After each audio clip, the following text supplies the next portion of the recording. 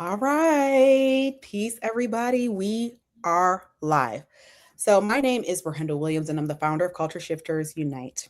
I'm a media producer, cultural strategist, and soft power formation guide.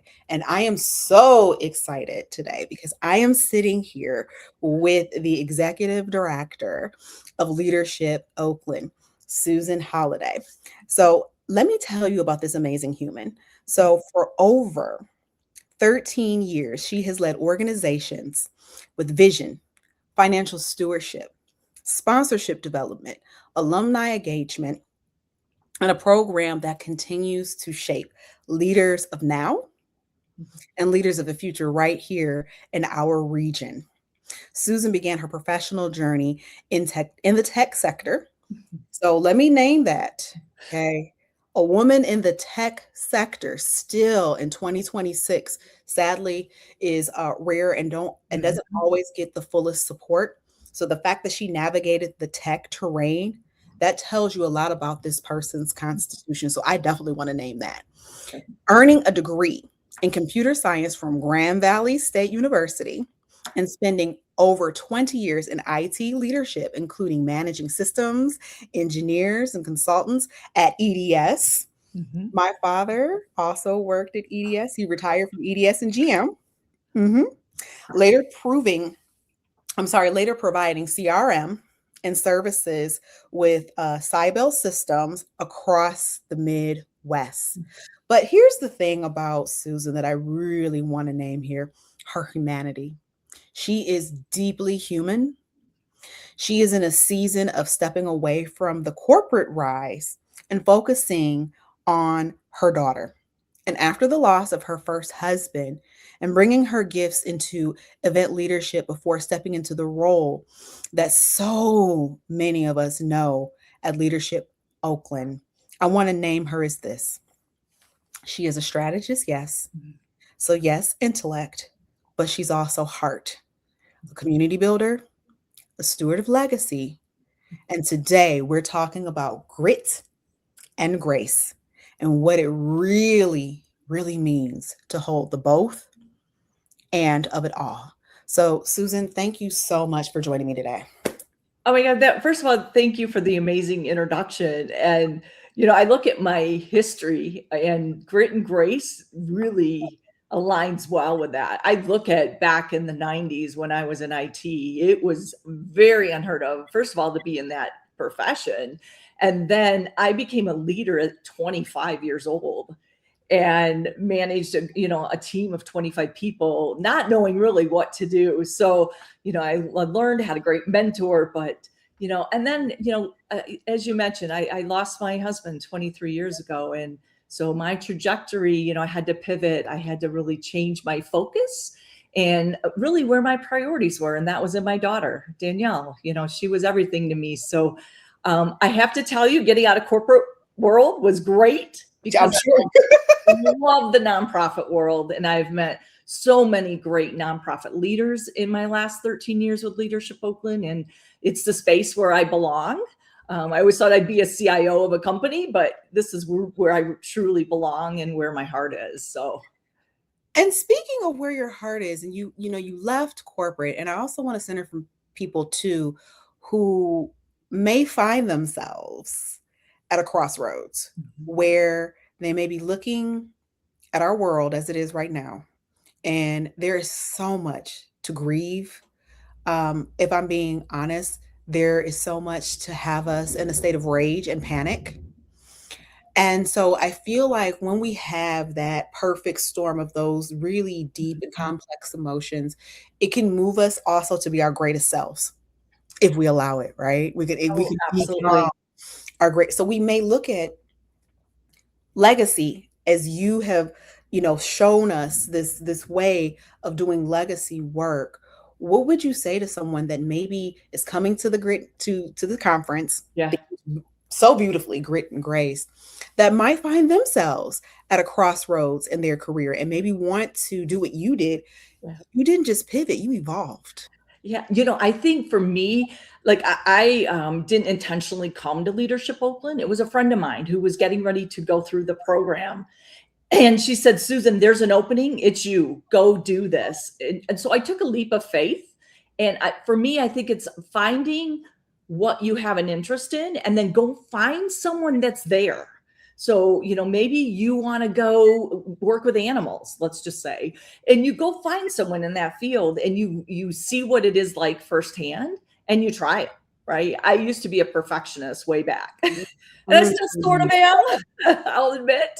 But I found that trying something is great. And if it doesn't work, then you try something new. So I would always say, find someone that's doing something you think you want to go do and learn from them and see if it's a good fit. Yeah. And you named some really beautiful, I believe, tenets of leaders that I personally admire. Faith, right? The ability to take a great leap. And then you said also you're living and breathing grace, but also you said a friend. Yeah. You said a friend made a recommendation. And I think that sometimes as adults, we may look at our friendships or our relationships because we're just so busy, like you said, raising a daughter, navigating grief of maybe either divorce or the transition of a spouse, that sometimes our greatest gift on the other side of all of that is through connection. Can you talk more about what connection is going to look like at the Grit and Grace conference that's coming up? Absolutely. So we're anticipating 120 amazing people to attend this conference, which is great. And they're going to come from all over. So different sectors, different backgrounds, different levels of leaders. And so our goal is to organize it such that people can meet new people. And, I do this when I go to an event. I want to know about you. Tell me about you. And then I find as I go through and go to some of these events, I find something in common, right? It's like we find more in common with each other than we do different. And so we're going to encourage connection at the beginning, during, and then we have a special guest that we haven't announced yet coming at lunch, who's going to enlighten us even more of what it's like to be a community and those connections and how important they are. So I think throughout the day, we're going to have an opportunity to not only get to know our speakers, which we have amazing 9 speakers that day, but our audience is going to be so well diverse in this community that we're going to have opportunities to get to know other individuals, other great human beings that we don't know already. Oh, and I think that's so amazing because in adulthood, it can be difficult to make new friends. And I think sometimes when we go to conferences, we look at them as networking opportunities, which is nothing wrong with that. Right. Right. There's nothing wrong with having a networking opportunity. But at the same time, there is something really important about really fostering genuine connections. And, this roster of speakers, I mean, I was even blown. I'm like, oh my gosh, you all have found. And like you said, you had over 60 applicants. So you had to really intentionally sift through. And I'm sure that they were all amazing, but it can be really hard. Then, okay, now we have to really narrow it down. It was difficult. I'm sure. So if you could tell us and share with us a little more deeply about who's showing up, and then perhaps, what you think each person is bringing to the conversation that's a little different. Maybe there's some synergies, just things that you look at or we're looking at as the you jurors, if you will, we're making the selection of speakers. Yeah, I'll go back even to the beginning. So, this is our second year of holding this conference. Second year, and just an amazing turnout of applicants for speakers. So starting at that and just trying to narrow down, we had a great internal committee to look at what do we really, first of all, our title, Grit and Grace in Leadership. And we have a committee that helped us formulate what do we really want to accomplish in this actual conference. And we let them name it. So we had an individual who actually named it Grit and Grace, and I think it's very appropriate. I'm a huge Lions fan, so for me that was, very resonating. But it tells a lot about a person. So we started with that title, and then as we got the proposals in, we looked at how do they fit with our theme, and then how can we look at some of the things like, we have someone, Christy McDonald, own your story, leading with authenticity when life changes the script. Or we have, Matt, leading through shadow, transforming difficult relationships with self-compassion. So we wanted the common theme, but then what are the little slight differences that each speaker would bring to the table? And I think we've got a great, with you kicking off the conference, and then with 8 amazing speakers beyond that, plus our special guests at lunch. I think it's just going to make it a really well-rounded day with some takeaways, right? We're hoping that each speaker can give us some tips and things that we can walk away feeling good and have some tools in our toolbox as a leader. I love that you name that part too, because when we go to conferences and summits, in the moment, they can really lift our spirits and we can be really up high. But then comes Monday morning, the day after. How do we carry that same enthusiasm, that hope? And I don't have to overstate to anyone in leadership right now about where we are socially, politically, where our climate is, and being able to be present and centered as a leader when you know that not only what you're carrying, but maybe what your teams are carrying, Mm-hmm. what your colleagues are carrying, and you name tips, things that keep us grounded. What have been some of the tip, or share with us, Susan, some of Yeah. your own personal tips around staying grounded in such a season of upheaval? Yeah, I do a lot of self-reflection. So yeah, I mean, that's really important to me is how am I treating my staff? How am I treating my class members going through my programs?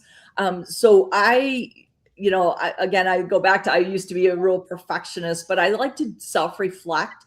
And so for me, I try to take one thing every day as a positive. We might have days that are just blown out of the water, right? And it's just not going well, but there's got to be one sparkle in there, right? Something that we can pull away and say, you know what? This was a good day, and I can take that into tomorrow. And I think I also have a little different perspective. Losing my husband was devastating at such a young age. And so I always look at life as half full, almost full, because if it's not life threatening, then it's not bad to me. So I try to, some of the tips I think we're going to see is how do you take something that could be a negative and turn it into a positive? And then what are some of the tools you could use, like journaling or mentors, or, something to help take you into those other days. We're also going to end the conference with a topic about laughing in just joy. So the last 2 speakers are really going to kind of close out the day with, here's a way to kind of look at, again, make it light, at the end of the day when we're completing the conference. So. Yeah, because I think that especially in times like these, we need light, we need levity, we need each other, we need community. And ending on light doesn't mean not impactful. And I love the dichotomies of grit and grace. We have to be able to carry both and. Yeah. Yeah. The other thing we are going to encourage at the end of the day is make sure you have met 3 people in that room that you're going to even just follow up with an email or a phone call, or maybe even grab coffee. But we're going to encourage so that it doesn't end there. Maybe there's 2 or 3 people you met that day, and again, like you said, we go back to our jobs and our life and we're crazy and we're busy, but to intentionally look at how can I make a deeper connection with maybe 3 people in that room. Maybe one's even one of the speakers, but how can I intentionally do that?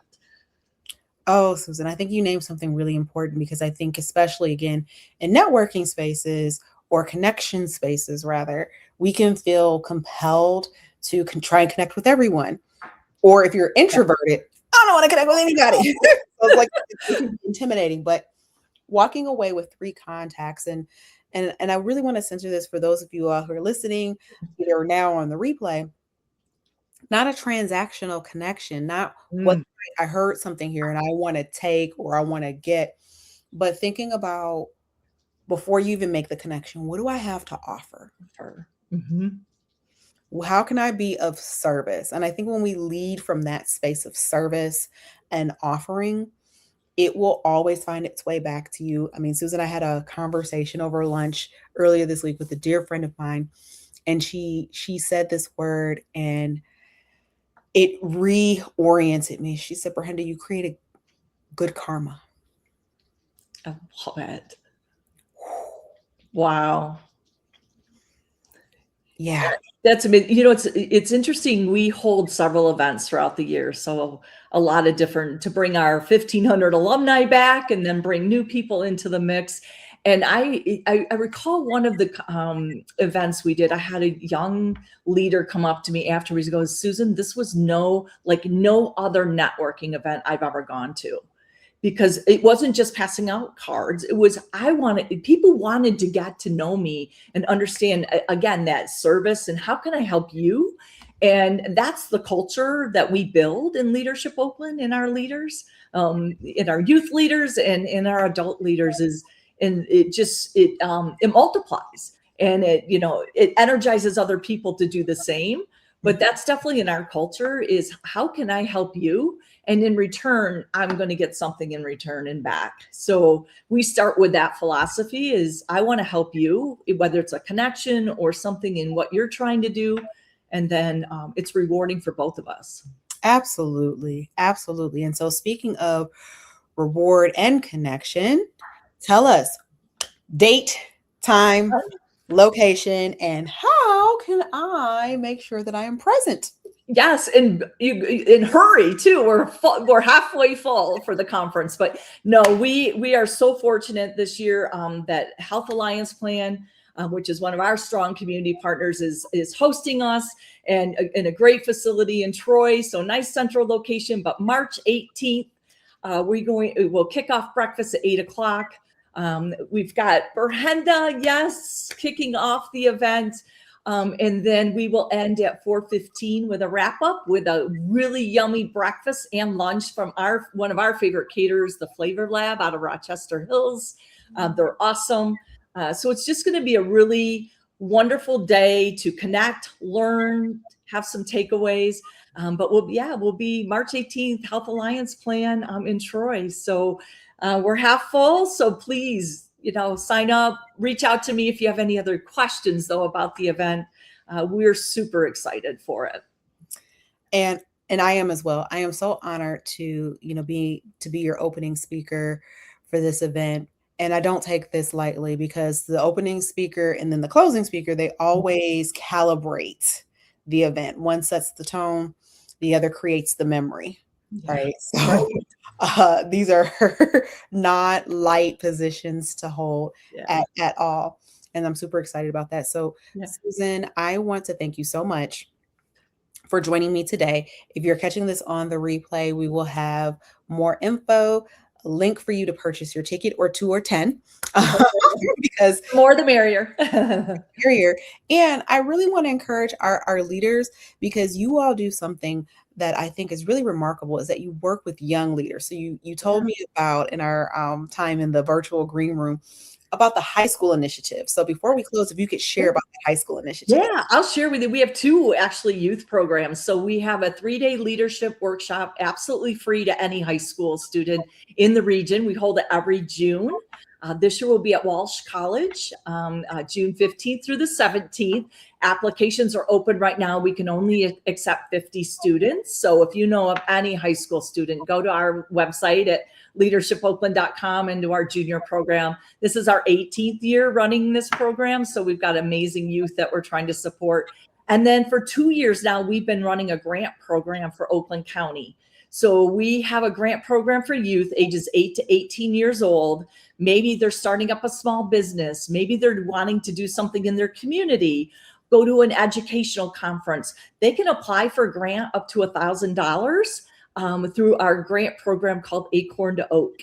And with that program, we've been around 2 years. We've given out 140 grants to youth ages 8 to 18.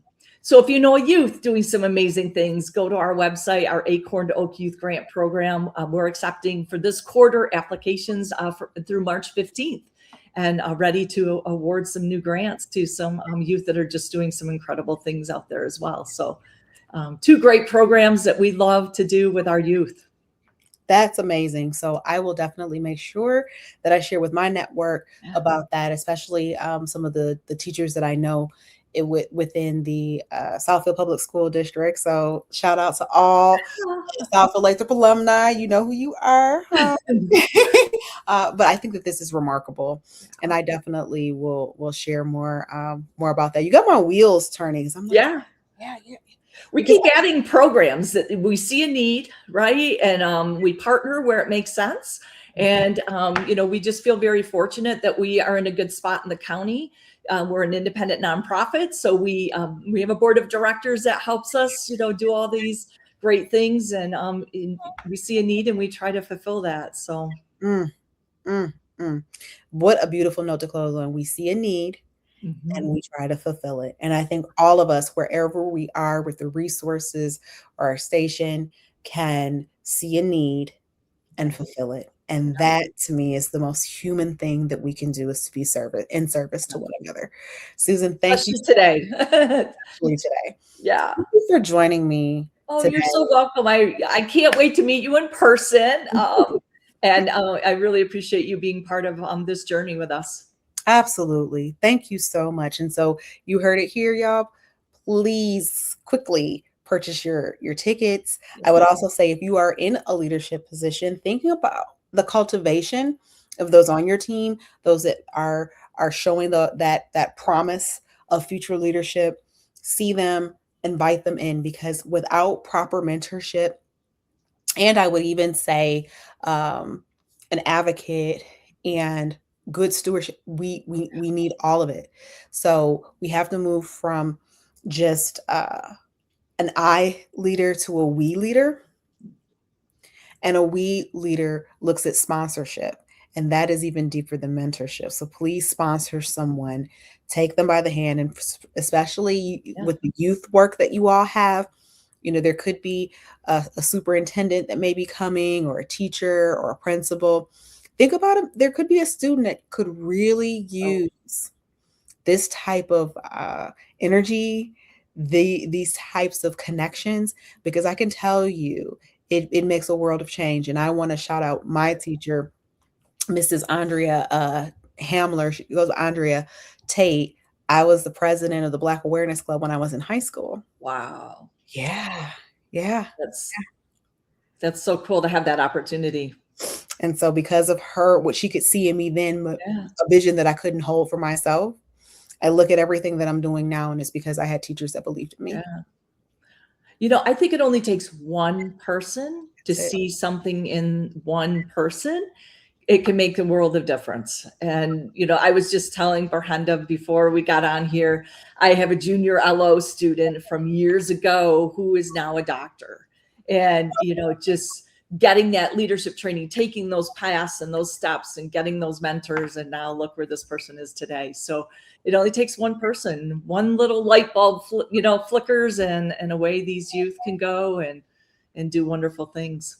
And thank you, Susan, for your stewardship. So I'm Brenda Williams, founder of Culture Shifters Unite, and I am so looking forward to seeing you all in person.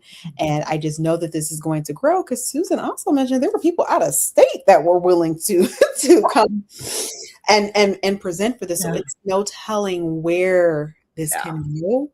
And I just want to encourage any leader with a bold vision, follow it with diligence.